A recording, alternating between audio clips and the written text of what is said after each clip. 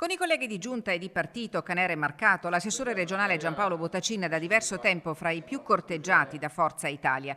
Il pressing degli azzurri non conosce sosta e se Flavio Tosi riuscirà nell'ardita impresa, il contraltare non potrà che essere un demerito per il Carroccio, che sembra essere tutto concentrato a garantire il terzo mandato al presidente Zaia più che a trattenere salda la squadra. Il mio futuro non lo so, dipende dal segretario della Lega, ovviamente io ho fatto quasi 10 anni di mandato, penso di aver fatto la mia parte, penso di aver fatto i compiti per casa. L'elenco è lungo e al primo posto c'è il riconoscimento del Capo dello Stato per avere fatto della protezione civile regionale un modello di efficienza in Italia e poi le opere realizzate contro il dissesto idrogeologico con un investimento di 2 miliardi 200 milioni di euro, l'autonomia sull'idroelettrico che tradotto significa il passaggio delle centrali alla regione dal 2029.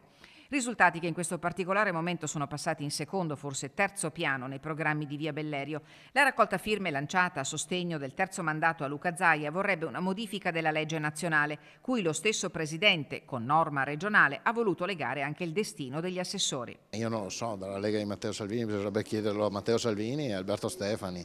Ripeto, io sono qui, finisco il mio mandato, continuo a lavorare come ho sempre fatto e poi dopo valuteranno loro. Io penso che i bellunesi abbiano risposto e li ringrazio ancora, dopo quasi 5 anni dalle ultime elezioni, mi hanno attribuito ben il 12% dei voti validi nelle schede riportavano il mio nome, quindi li ringrazio veramente perché in nessuna parte del Veneto è mai accaduto questo. Escluso che il cambio di casacca possa garantire una posizione di privilegio a Bottacin e colleghi di giunta. Al momento si salverebbero solo Francesco Calzavara e Valeria Mantovan.